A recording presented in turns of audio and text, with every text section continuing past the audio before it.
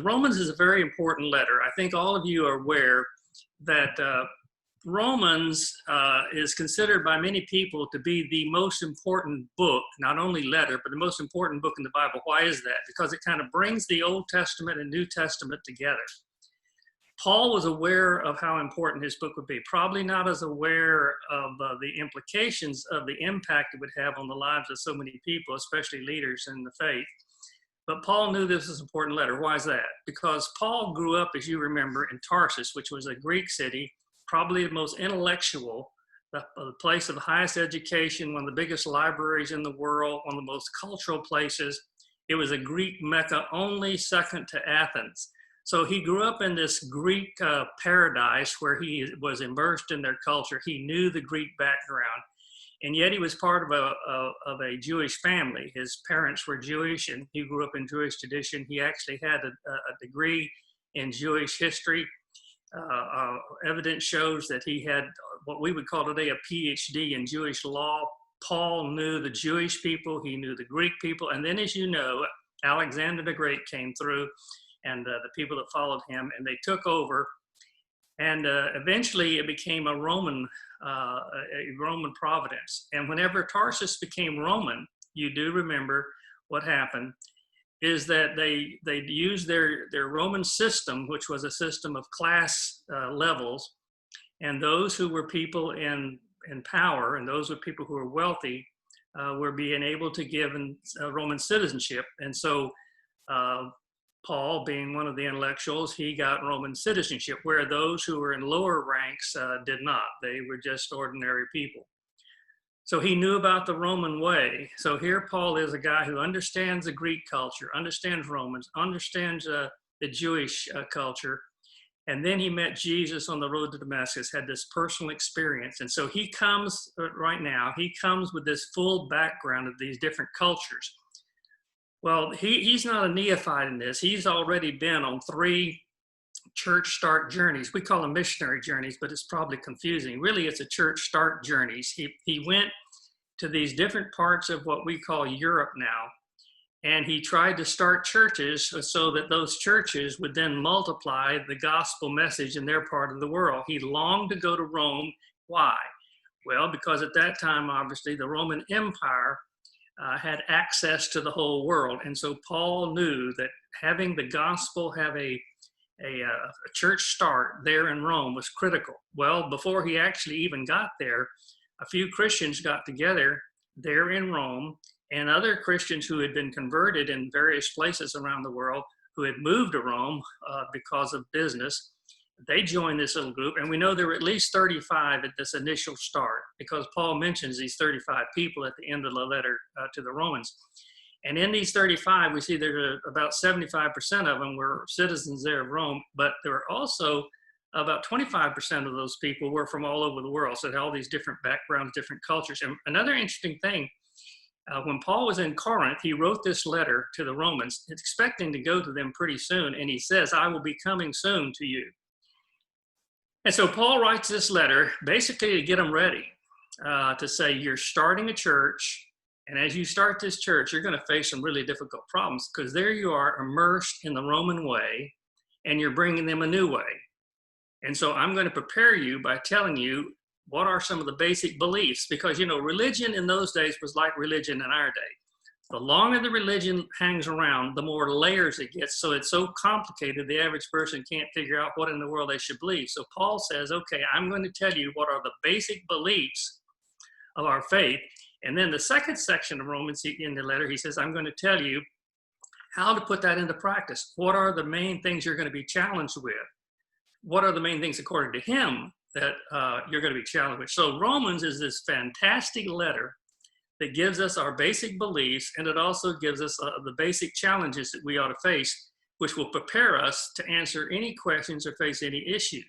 So it's a fantastic letter. And as you know, like I mentioned last week, Martin Luther, in fact, who was immersed in the later complicated, we call dark church.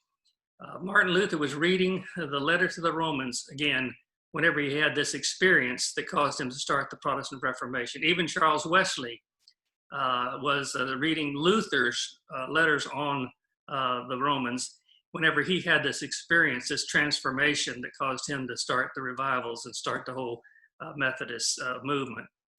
What I'm saying is many people throughout the faith who are leaders around the world, from Germany to Japan to England, all around the world, people have been transformed by the reading and studying of the Roman letters. And I think it'd be something worth your time to do that. So that's just a quick view of why is Romans so important. And let's take a look kind of at what Romans is trying to tell us. The way to start this, I want to have a couple of passages read. I've asked Karen and Rand Fuller to read a couple of passages. The first one is Romans 1:16. And Karen and Rand, if y'all would unmute yours so you can read these passages to us. Romans 1:16 through 23, that first chapter in the letter to Romans, kind of gives you an essence of the belief system and why Paul is writing these people in this little church start. And then the second half of Romans, which is the one we're going to focus on, begins in chapter 12 through 16. And the second half of Romans is about how do you put these beliefs into practice? Because Paul believed, as James and others, that what you believe doesn't really make much difference if it's not backed up by life experience, if you don't do anything about it. So the second half is this belief system, this practical system. So let's hear Romans 1:16 through 23 and Romans 12:1 through 5. Okay. Okay, Rand's not here. We didn't communicate. He's at church. And Okay. So go ahead and read both passages. Yeah, we like you better anyway, so go ahead. For I am not ashamed of the gospel, because it is the power of God that brings salvation to everyone who believes, first to the Jew, then to the Gentile. For in the gospel, the righteousness of God is revealed, a righteousness that is by faith from first to last, just as it is written. The righteous will live by faith. The wrath of God is being revealed from heaven against all the godlessness and wickedness of people who suppress the truth by their wickedness, since what may be known about God is plain to them, because God has made it plain to them. For since the creation of the world, God's invisible qualities, his eternal power and divine nature, have been clearly seen, being understood from what has been made, so that people are without excuse. For although they knew God, they neither glorified him as God nor gave thanks to him, but their thinking became futile and their foolish hearts were darkened. Although they claimed to be wise, they became fools and exchanged the glory of the immortal God for images made to look like a mortal human being and birds and animals and reptiles. And then Romans 12. Therefore, I urge you, brothers and sisters, in view of God's mercy, to offer your bodies as a living sacrifice, holy and pleasing to God. This is your true and proper worship. Do not conform to the pattern of this world, but be transformed by the renewing of your mind. Then you will be able to test and approve what God's will is, his good, pleasing, and perfect will. For by the grace given me, I say to every one of you, do not think of yourself more highly than you ought, but rather think of yourself with sober judgment in accordance with the faith God has distributed to each of you. For just as each of us has one body with many members, and these members do not all have the same function, so in Christ we, though many, form one body, and each member belongs to all the others. All right. Thank you, Karen. Well, this letter to the Romans, and you could see from this very first reading and the second reading, you can see that Paul is compressing these words into very, very pregnant phrases and sentences. And so if you actually took time to meditate on each phrase, you would see these key elements that Paul is trying to present. The first part that she talked about, that she read there in the first chapter of the Romans, I mentioned that the first part of Romans, of chapter 1 through 11, is always understood as the basic beliefs of the faith. In other words, Paul starts out by saying, I've come to you because I want you to know what are the key things you need to keep in mind if you're going to start this fellowship, start this church that's going to multiply and go throughout the world through the Roman system. And he starts out and he picks up on that same theme in the second half, is that you are in a different kind of culture. Don't get conformed. Don't just become like them. You've got to stay different. And what he's doing, he's contrasting, because he knows very well from growing up in the Greek and Roman system. He knows their system. And he's saying, don't get conformed to those, or the gospel will mean nothing. It will not transform you personally. It will not transform your culture. It will not affect the world. The only way to make a change in you and the world is to follow these beliefs that were the beliefs of Jesus. He has, and here's the basic issue. Paul has this understanding from his own experience and from his study of the scriptures, the Old Testament scripture.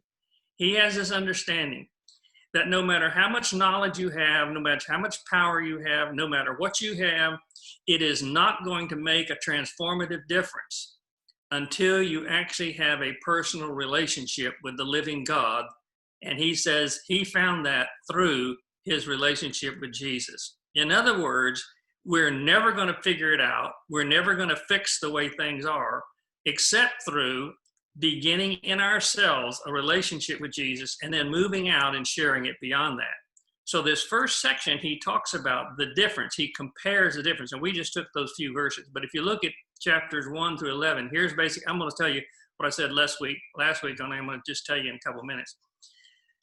Paul's saying, here's the difference. Now, do you remember the Roman way? The Roman way, if you go back and read about the Roman way, the Roman road, the Roman worldview, the Roman worldview was new. It took a lot of the Greek ideas together, but here's the essence of it. And I think you can picture this pretty easily. The Romans answered the questions that every culture has to answer, every religion has to answer. And here they are. They're just basically three questions. One is, if I want to know what the truth is, I want to know what's right, who do I ask? Where do I go? Well, the Roman way was, no, don't be like a bunch of pagans, like a bunch of savages. The Roman way was, you go to the people who are the most successful. You go to the super people. You go to the smart ones, the ruling ones, the ones who are wealthy. You go to the people who've got it all together in this world, who are very successful, and you say, okay, you're the people that we're going to trust. That's your source.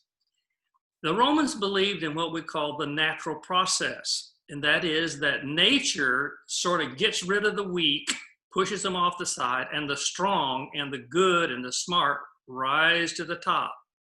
So the Roman way began with the question of authority. Who should I look to? Is you should look to those who are in power, those who are rulers. That's the Roman way. Therefore, the Romans had a very strict class system. You may remember they had the royals. Those were the people who were born into this position because their parents were there. And so it didn't make any difference whether you did anything or you ever made any contribution. If you had that birthright, you were a royal. And you were the final word. The second group were the senatorium, which were the senators, or put it this way, was the politicians, the people who were part of the educational class, who were the more educated and who made the laws, who wrote the laws. And then the third class were what they call the upper class. The upper class were people who were the heads of businesses. These were citizens also. Then there was the middle class. These were the people who had businesses, who worked to help those who were in the upper class. And then you had the servants or slaves who were not citizens, whose job it was to help these other people carry on their rule. That was a very simple class system. The Romans believed this, and that is that if everybody just did their job, if everybody keep their nose out of other people's business and just do what they're supposed to do, that everything would run well. So when the Romans would go and take over a country, they would set up this class system. They set up the system of the people who were the ruling class, those who were politicians and so forth. And therefore they said, this system will work. Guess what? That was their way of determining what was right and good. The problem was, of course, when the Jesus way came along, Paul says, that's just wrong. The Roman way is the wrong way. he picked up on that Old Testament idea. There's a way that seems right unto man, but the end thereof is the way of death. He picked this up, and he basically said the Roman way is the wrong way. People are not to be able to lead. People are not be able to make decisions based on their family tree. It's based on their relationship to the truth, who is God himself. So the Roman way was truth, knowing who you should turn to, what you should do. You have to go to the source of truth, who was the creator of everything. There's only one God. He created it. And through his son, Jesus, who Paul says he met, he said that's the only source of real truth you're going to get. And that's the only way you're going to make any difference, is the Jesus way. Then the second issue that people always ask is that simple, that's not just a question of authority, but also was the question of evil. Where does all this meanness, where does all this suffering come from? Every culture asks that. The Roman way said that all the evil and all the suffering in the world is caused because people don't stay in their class.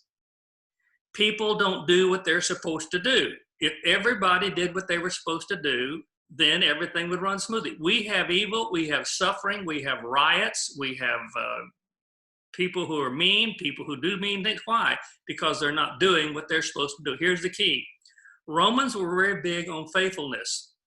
If you're faithful to your responsibilities, then you are rewarded and the society works. That's the Roman way. By the way, it sounds a whole lot like the American way, doesn't it? If you do what you're supposed to do. Here was the problem. The Jesus way said, no. The problem with that is what you're supposed to do is determined by the white, wealthy, powerful, rich people who are in control, and basically the royals. And so the Romans had this idea that faithfulness is the key to justice, it's the key to society, and it's the key to your personal life. You will be happiest if you just do what you're supposed to do. Don't try and get out of your system. The Jesus way was totally different.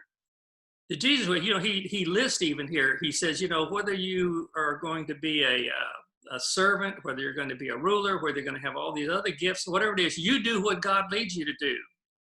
God has a place for all of you. You're not determined by your parents, your background, your education. You're determined by what God wants you to do. So what is the problem? Paul starts right out in Romans saying this. The real problem, the real thing that causes all this evil and suffering is something internal. He says we're all sinners. That means we've all missed the mark of being like Jesus. So the real problem, he says, with our own lives and the problem with our society is there is an internal problem. He calls it sin. There's this internal problem that our thinking and our heart, our attitude is totally wrong. He says, whenever Jesus comes into your life, whenever you get to know God personally, it changes everything. And that's the only way that you as a startup church are going to make a difference. You got to show that your heart, your mind has changed. You're not just doing things because it's the way somebody else told you. You're doing what God tells you. And what God tells you is probably going to be a whole lot different than what society tells you. The third question that every society asks and every religion asks is the question of what is my purpose in life and what's going to happen to me when I die? Why am I here? Whenever you're a slave, you have to say, why have I been born? Is this it? Is this all there is to it? Is this what I'm supposed to do? Or when you're a royal and you're saying, okay, I was born to son, is this what I'm supposed to do? Carry on my parents, keep all the rich stuff rich, keep all the nice stuff nice. Is this it? The Roman way says, yes, that is it. Your purpose in life is to be faithful to your position and to serve those in authority. That's your place in life. That's why you're here.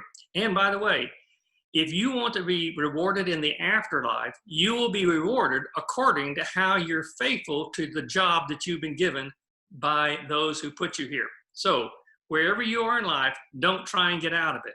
Try and be good at what you do. This whole system, this whole Roman way was picked up, as many of you know, it was picked up by the British. And the British established almost the same class system. And the British there set that up in cultures all around the world and all on the continents whenever they began to take these different lands. And if you notice, for instance, in the religious part of the British Empire, you notice they're setting up churches around the world. Missionaries were taught to go in and build churches that look like the churches back in England, to have the same kind of system of elders and priests and so forth, and that there were certain classes of people. The whole Roman system was multiplied in the British system. And so Christianity in its later years began to look much more like the Roman way than the Jesus way. When you look at Jesus while he was here in his short adult life, do you see this class system? Do you see this sense of where do you find out what's right? Do you see this purpose in life? No. The Jesus way, Paul tells us in the book of Romans, was totally different. Jesus' way was a way of gratitude.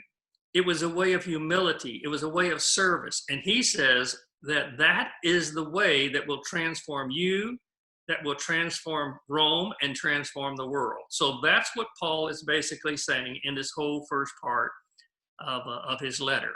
Now, as we look then at the second half of the letter, what becomes very relevant is he's saying, okay, now that you understand these beliefs, what you should believe most of all of who created you, who loves you, who should give you your truth. And whenever he says, okay, and why are you needing all this? Because you're a sinner. You need God. If you don't have him in your life, if Jesus doesn't transform your life, what's going to happen? You're going to just stay in the old system. You're going to be immersed in the Roman way, and that's what you're going to just adopt, and it's going to go on and on just like it is. And so he says, but how do you do that? How do you keep that belief system? Paul goes on to say, what I like to use as a phrase is you can't teach. You cannot teach the Jesus way. The Jesus way is not taught, it is caught. Now I'm overstating it. I'm not saying that teaching is not valuable. Of course you have to have it. He started out with 11 chapters teaching the big beliefs and why they're important. What I'm saying is, Paul is saying, but if you want this to last, if you want this to transform you and transform the world, it's going to take more than just teaching. There's going to have to be experience. There's going to have to be practicing of it. So the second half of his letter is he's going to tell us what he thinks are some of the issues, some of the disruptions that are going to come in your life. Everybody faces them, and every culture faces them. And he says, how are you going, therefore, to show the difference in the Roman way and the Jesus way is by how you respond to these disruptions, to these issues that come in your life. Now, listen, everybody. Everybody that's in this class, or everybody who's joined us today, you know as well as I do, you've been around long enough, that there are going to be things happen in our lives that are very disrupting. Things that not only in our physical life, our health, but things in our family life and things in our own personal relationships, things in our own life that happen to us in our jobs. There's so many things that happen, and you say, why did they happen? Sometimes we can tell why they happen. Sometimes we can't. We just know it's happened. It's kind of like this pandemic. We spend a lot of time trying to figure out why it happened, where it started and all that for medical reasons. But the main issue is, as Jesus used to tell us, the main issue is, what are you going to do about it? How are you going to respond to this? And I mentioned last week that we as Christians should look at this as a divine disruptive. Divine meaning not that God caused it, but that God has something that can be done in this that would not have been done in another situation. God can use this time.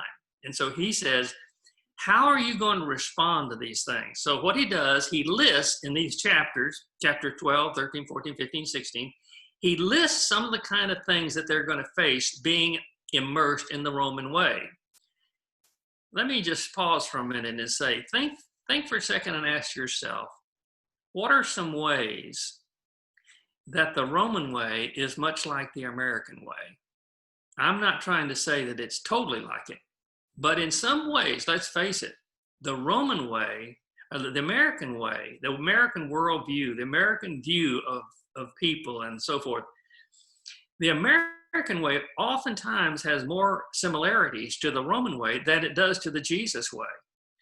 So when things start happening in our culture and in our own lives and our own families, how are we going to respond? Because if it doesn't transform us, then we're not going to transform the culture around us. We're not going to make a big difference. G. Ernest Wright, you've heard me mention his name maybe before if you've heard me teach or preach. One of the most historic books in the Christian faith was written by G. Ernest Wright called The God Who Acts. And in it, he brought this new emphasis to the Christian world, which was this: the God who acts. And that is, if you want to get to know God personally, if you want to see what God's doing, the best way to understand who God is and what he's like is to see what he's done. Look at his acts in history. You know more about God, and you get to know God, and God transform your life more by looking at what he's doing than by simply contemplation. What happened in the Christian faith, those of you who studied the history of the Christian faith will know this. Early on in the Christian faith, whenever the church began to, not only some of the parts of the church began to be influenced so by the Roman way, that there was a strong emphasis on knowledge, because the Greeks and the Romans had this basic idea that if you could just understand things and listen to what the rulers say, become educated, if you get a good knowledge, then everything will be all right. And so the idea was contemplation, thinking, meditating, studying, that would change everything, because they saw education was a very powerful thing. But what happened in the church is there was so much emphasis on education, on meditation, on contemplation, this looking in, thinking in, praying, that there was little emphasis on doing. And what happened is that people became satisfied by being knowledgeable about God, but not really knowing God in a personal way. And so G. Ernest Wright wrote this book and basically said, you're never going to get to know God. You're never going to really ever experience him. A lot of people say, oh, I wish I could see God doing miracles. I wish I could see God in my life. I wish I knew God more. He said, well, the reason you don't is because you're contemplating too much. You're speculating about what God is like. You need to get out there and to risk. That's called faith. You need to risk something and ask God to work in it. And as you risk, as you put your life out there, God will reveal himself. God will show up. That's what he did with Moses. That's what he did with Elijah. That's what he did with Esther. That's what he did with Mary. And that's what he's going to do with you. If you want to see God's transforming power, you're going to have to see God act, because you have taken an act of faith. So, G. Ernest Wright pushed us to do what Paul is saying to these people. Okay, you have these beliefs. Here are some things you're going to be confronted with. Let me just list them because we don't have time. Maybe after we get through this series, I'll teach Romans. But here are the things he says. In chapter 12, he says, how are you going to behave as a new startup church immersed in the Roman way? How are you going to respond when you're tempted to follow the immoral customs of the rich and the powerful and the famous? How are you going to respond? Are you going to say, oh, I want to be like them? Paul's challenge to them was, do not conform. Do not try to, no matter how enticing, in fact, no matter how easier it is, if you begin to look, pay attention, not what you believe, but if you begin to look and talk and act, and your appearance and your attitude is more like the Romans than it is like the person of Jesus that we see in the gospel, something's wrong. The second thing he says, how are you going to do, what are you going to do when your parents try and tell you to do what they've done? When you're told to keep doing what you're supposed to do, but you feel God is calling you to do something else. What are you going to do? The Roman way is to obey and to not ask God what he wants you to do.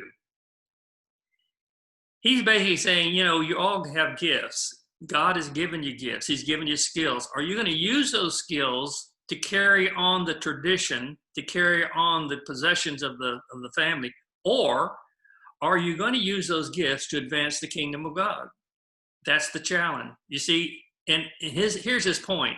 How you respond will determine if what you believe is true.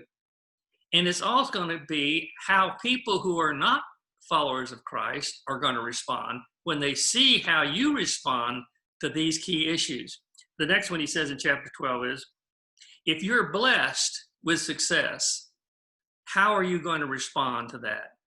Paul says, if you get a lot and you see people who don't have a lot, what are you going to do? Are you going to use the Roman way? He says, well, that's just the way they are. That's the way they're supposed to be. They're supposed to be poor. I'm supposed to be successful. He said, no. God has given you what he's given you to bless others. If you have a gift of making money, it's not so you'll be wealthy. You have a gift of making money so that you can help those who don't have that gift, who are not able. So Paul is challenging them to say, look, here's the key. The Jesus way is to be grateful and humble and servant of all people, God's children, because you're part of the family of God. You're not alone in this. His other question was, when you feel like taking revenge, when you feel like striking back because people have hurt you, they've hurt somebody in your family, this is a hard one now. Paul says, whenever you have been brutalized by the Roman government, by people around you, or maybe even people who are very religious, when you've been hurt, how are you going to respond to them? He says, never respond with vengeance. Never pay back people with what they do to you. Boy, that's a hard way. Do you remember the words of Jesus? Jesus basically is where he got this, because this is the Jesus way, not the Paul way. Jesus' way is to love those who persecute you. And Paul was saying, now, if you're going to start, listen, he's saying, if you're going to start this church, if you're going to try and be an example to the people in Rome, you got a big job, because what's going to happen is you're not going to be treated nicely. The people in politics, the people, the royals, the people in other classes, they're not going to treat you nice. I don't care how nice you are. They're going to treat you poorly. Look how they treated our Lord. And he said, the question's going to be, they're going to see if your faith, if your new way really works by how you respond to their meanness. Are you going to be mean back? Are you going to be hateful back? So Paul says this is a key to transforming the world is how we respond, because let's face it, the animal instinct, as he said, the very thing I don't want to do, I do. He admits this is not an easy thing to do. We must have the power of Jesus living in us. We must call on his Spirit to give us the strength, or we will be just like the rest of the world. Well, he goes on to say some other things, but in chapter 13, I'll just list a few others. He says, how are you going to think? How are you going to behave? How are you going to feel? How are you going to respond when you're told to obey your authorities? I mean, we're living in that kind of day. We always have. When people who are over us at work or in church or in government tell us, here's what you ought to do, the question is, should we obey our authorities? Should we do to those who are over us in society, those who are in another class above us in society? Should we do what we're told? Paul basically, as you know, goes on to say, yes, you should do what you're told, unless it goes against the very teachings of God. Unless it's against God's will, then you cannot follow it, and you must pay the consequences, because you do live in a society. But he says, if it does not break the will of God, you must obey your authorities, because God put them there. He put some of the lousiest people in the world in some places. He allowed them to be those leaders because of the gifts they had that were needed at that time. He says, when you're judged wrongly, when you're looked down upon, when you're treated worthlessly, when you're compared yourself to other people, how are you going to respond? When you have weak people and confused people, when you have people coming into this new church whose beliefs are not strong like you, maybe they have a very rough background morally. Maybe they don't have a sweet spirit like you do. How are you going to treat them? Are you only going to accept people just like yourself? He's saying, here you are, a little new church start, and you got people from all over the world coming into this church there in Rome. You're going to have people from different cultures, different backgrounds, different races. How are you going to treat them? And he's saying, you must treat all these people how? The way the Roman rule, the Roman way? No, he said, you treat them like Jesus treated you. How did Jesus treat you? He treated you like a child. He forgave you. He accepted you. He didn't say, you can't become one of mine until you're perfect. He said, I'll take you right where you are, and I'll help you grow. Will you do that? Will we do that? Will we take people where they are and help them grow? Or we say, if you're not perfect right at first and we don't want you, get out. Paul is saying the test of the faith is, how are you going to respond to these critical issues? I know most of you know this, but I've found that in modern Christianity, a lot of people don't know this, is that Christians were not first called Christians. You know, for the first part of that first century, people who followed our Lord were called people of the way. Why were they called people of the way? It's very simple, because Jesus said, I'm the way. He was picking up on the Old Testament theme, is there is a way. There's a lot of references to the way of God. And Jesus says, I'm the way. It's a new way. It's a new way in me. It's an old way in God. It's God's way is the right way. So they were called people of the way. What way? The Jesus way. Later on in Antioch, somebody called them Christians. So the people started calling Christians as followers of Christ, but they like to be called people of the way. Folks, here's the question of you. Are you people of the way? A different way? I asked Fred Martin if he would just share a little testimony about his work in the prisons. And those of you who are not part of part of our church may not know of the Kairos ministry. It's a big ministry throughout the Methodist Church.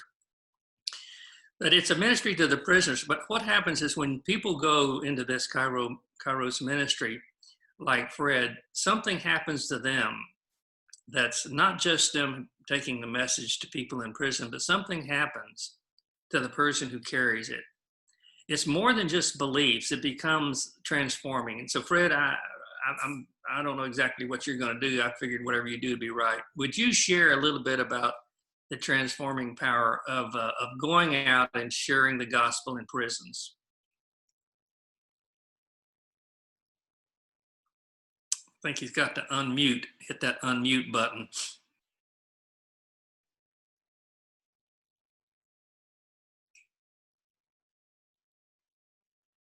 Les, can you help?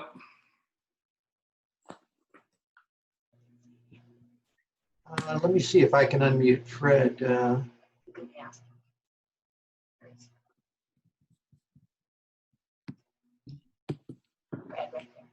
I can do it in the down on the bottom. We got you, Fred? No.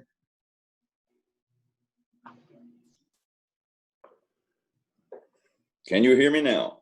We can hear Yes. you now. You got me? Yeah, sound great. Okay, well, for me, it all started in September 1995, about 6 weeks before our anniversary. I asked Judy, what would you like for your anniversary? And man, she ran into the bedroom and came back with a sheet of paper, and it was a schedule for walks to Emmaus. And she said, at Mount Wesley, on the weekend of our anniversary, there's an Emmaus walk, and your attendance would be my gift. I went on that walk. And then early in 96, January, we started going to the Emmaus gatherings at our church. And there was some guy up front that was talking. I really couldn't hear what he was saying. Can you imagine that? And he handed a clipboard to the guy in the end of my pew. And he signed it, handed it to the next guy. He signed it. And I thought, well, they're taking attendance. So he handed it to me. I signed it and passed it on.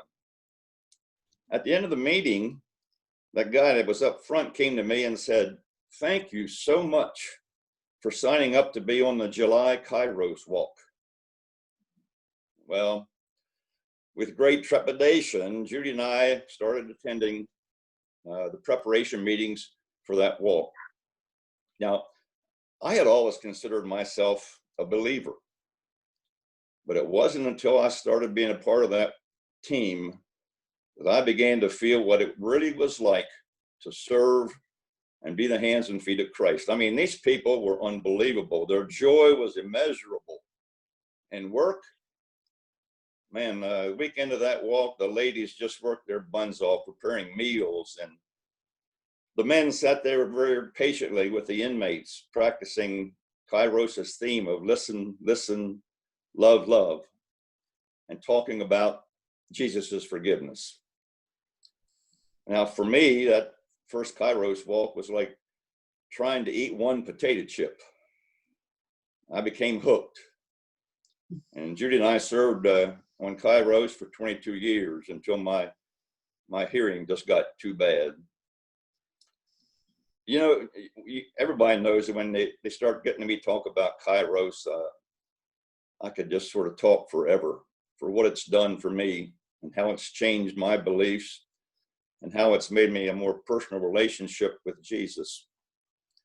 But let me just end on this. On every Kairos walk on Sunday afternoon, there's sort of a commencement ceremony. And at that commencement ceremony, they have a keynote speaker. And the speaker is an inmate who has been through Kairos before. And on this one Sunday afternoon, the speaker got up and he started by saying, "Today is my birthday. I'm 1 year old." And then he said, "You see, exactly 1 year ago today, I finished my Kairos walk. And as far as I'm concerned, my previous life does not exist. My life began 1 year ago today." The Kairos team and the Kairos community of inmates within that prison that ministered to that inmate went beyond being believers. They were Jesus's practitioners. Thank you, Fred. That's powerful. It always moves me when I hear you talk about the transforming power of Jesus whenever you step out and do something that seems very hard and amazing. And I really like the fact that you talked about how it made this personal impact on you. I think that's what always happens. During this pandemic, I think we've all have our lives disrupted in different ways. You know, in fact, this last week, something that happened to us is we had our water purifier started backing up and water pouring out into our kitchen. And so we had to call the plumber. Well, the plumber came with his social distancing and mask and all that. And anyway, he fixed the water purifier. And while he was there, I started talking to him and telling him about the last week's Sunday school lesson and about how that I looked at the pandemic as a divine disruptive and how, it's an opportunity to see God. And so I asked him, I said, "Hey," I called his first name, and I said, "How has this pandemic affected your life? And what do you think about it?" Gave him a kind of a broad question. And he said, in fact, I wrote it down.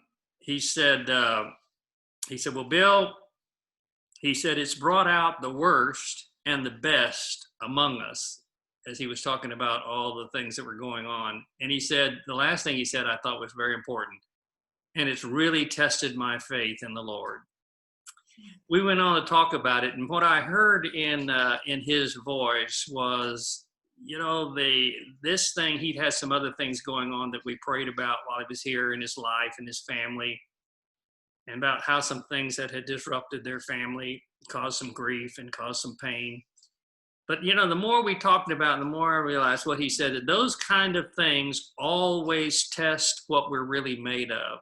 And I think that's what Paul was saying to these young people starting the church in Rome, is the test of getting to know God and being able to have a personal relationship with him and change others is going to be equal to how you respond, not to the good times only, but also to the tough times.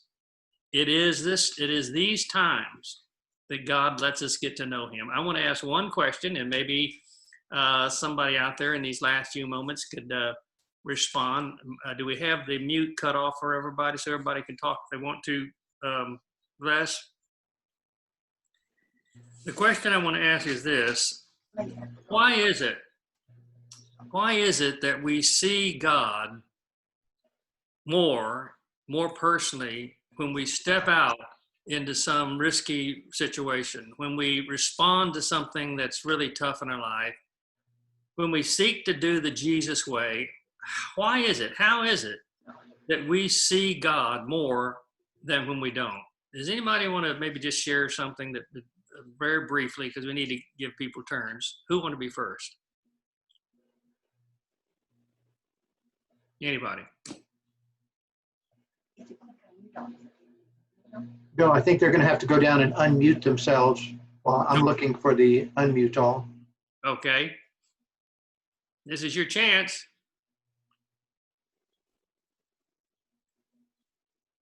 For me, Brother Bill, especially when I look back, coming from that country that didn't have nothing, that was into jungles, all by myself, not relying on, my mother had passed away, my father was not there. So basically it was only me, especially when I came and I accepted Jesus Christ at 11 years old, in the middle of nowhere in the jungles, only monkeys and pineapples and jungles. And I only had him. Yes. There was nothing else. And I remember that I accepted Christ with Mount Carmel, Elijah's sermon. And I thought, if you're the God that can do that and put to shame all those prophets of unbelief, I believe that you can also do me and take care of me. So that's what I am. Every time I go to difficulties, I have to remind myself that whenever I felt like I was nobody, nothing, and all I can see was the green and the monkeys, and society told me that I was going to be all kinds of labels they gave me, especially being a Mayan Indian, I was worth less than dirt. That's what they told me. So Yeah.